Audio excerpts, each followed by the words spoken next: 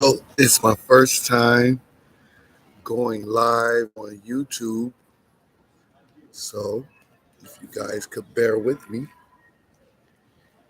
while I learn how to use the software. And I want to talk about something that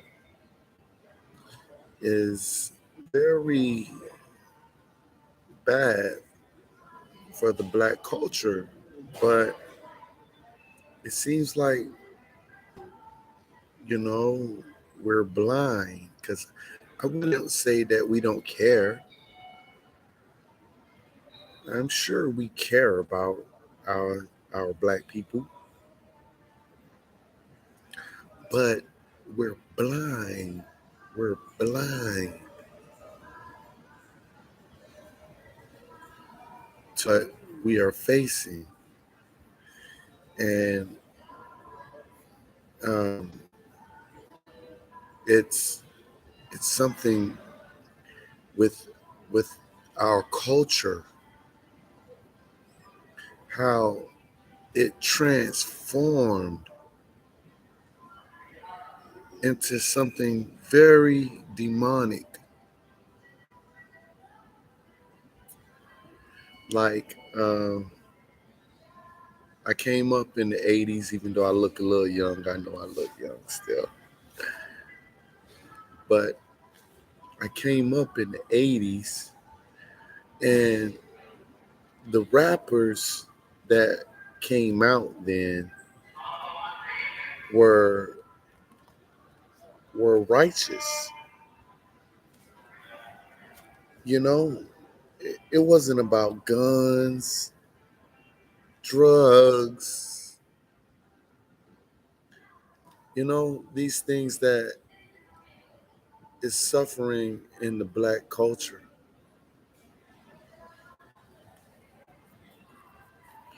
You know, like one of my favorites that I remember as a kid, and it got me to write my first rap, and it was called Self Destruction. Self destruction. You're headed for self destruction. Self destruction. You're headed for self destruction. You had many great hip hop artists like MC Light. Like she says on the song, "You ain't guarding the door, so what you got a gun for?" You know, things like that. And it's crazy how we we celebrate these artists that are talking about killing people and toting assault rifles, and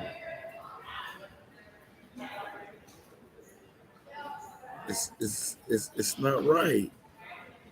Like, I mean, we've heard the stories from many rappers from in the '90s, and you know, God bless the dead Tupac.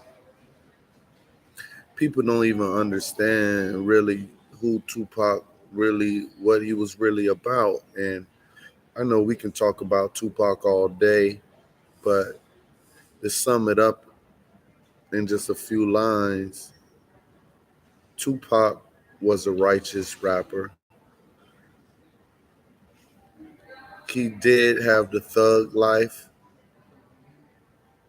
but that was something that I feel, was, pushed on him due to the circumstances of, you know, what he coming up out of,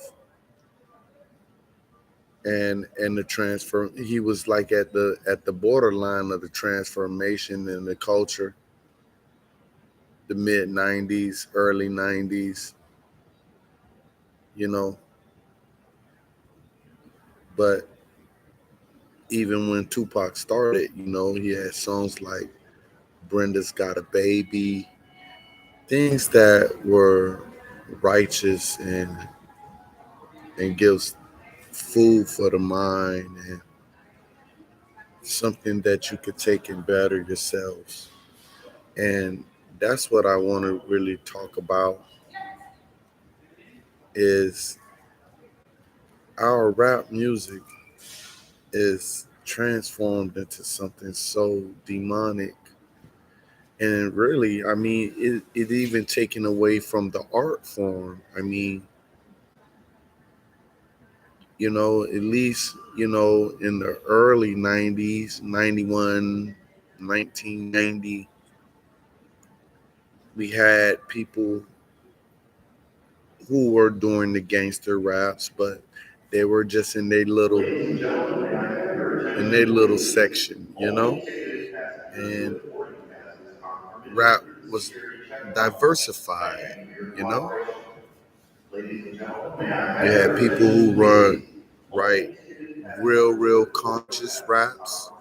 You had people who write, you know, other kind of storytelling. You had people like Slick Rick, the storyteller. You know, rap was something different. And now, I mean, everybody raps about the same thing, almost on the same tempo.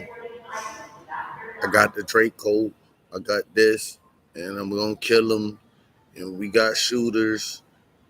Everybody is rapping that, and it's like people are really promoting it, and people are just putting these people on stages, giving them millions of dollars to do something that they're going to promote to millions of people.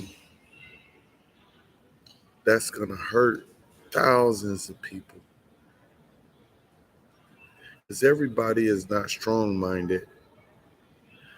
It's just like if I want to sell ice cream and I go out there and I promote my new vanilla ice cream, I'm going to have people who are going to buy the new vanilla ice cream. The same thing in rap music. You promote murder, you're going to have people that's going to go out there and do the murders. You're going to have your extreme fans who are just love everything about you and want to be just like you, and they listen to everything you say, so they even try to do what you're saying.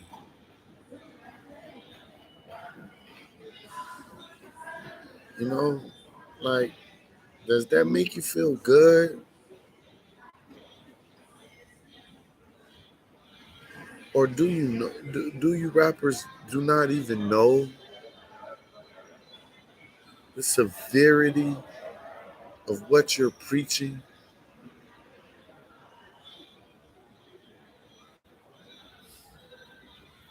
and what you're causing?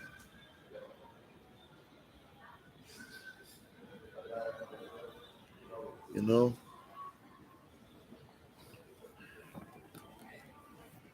so God put it on my heart. I'm a guy who was caught up in the rap music and all of that type of stuff in the transition period when it was transitioning to thug music, and us being from the hood. It was nothing to try to claim a thug, and being from Miami, 305, one of the drug capitals of the world. I got caught up in it, but I had to sit down when I got locked up with God, and I felt like He spoke to me and shed light on it. And I'm happy that I never had a career promoting violence and killing, because now that I can see clearer, that would be something that I wouldn't want to die with, knowing that I persuaded with my talent, my God-given talent. I used what God gave me and blessed me with to commit murders.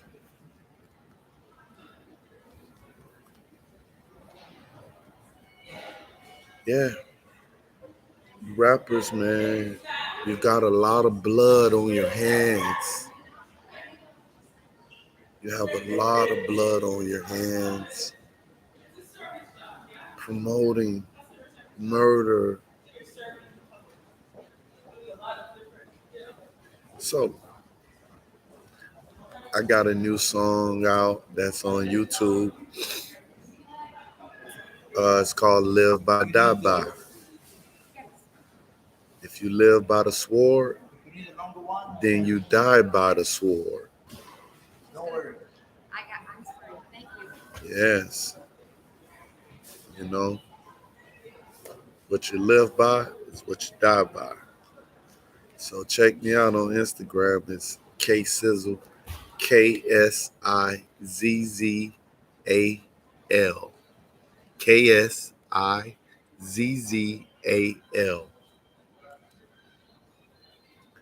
Live by, die by. And I'm doing it for God. I'm doing it for the love of people and to shed light on something that's really tearing the black culture up, because all the kids, they look up to the young boys and all the different rappers out here, and all they're promoting is drugs and killing. And we need a change. We need to come together, like how rap first started. It was something righteous. Yeah. All right. Well, I just wanted to let you guys know about how I feel, and really it's not even about what I feel. It's about what is happening to our black culture. So check out my song. It's a gospel rap, and I think that it sheds light on what you live by is what you die by. So be careful what you live by. All right. God bless y'all. I pray that you guys live on the right road, on the right path. Don't buy into this industry, the violence and the drugs. Don't buy into it.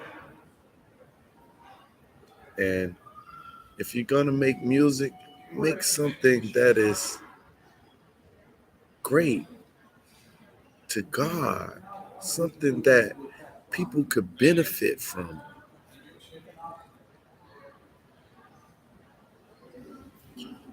Yes. Do something that has power, great power to your people, to strengthen them, to uplift them. Okay? Food for thought.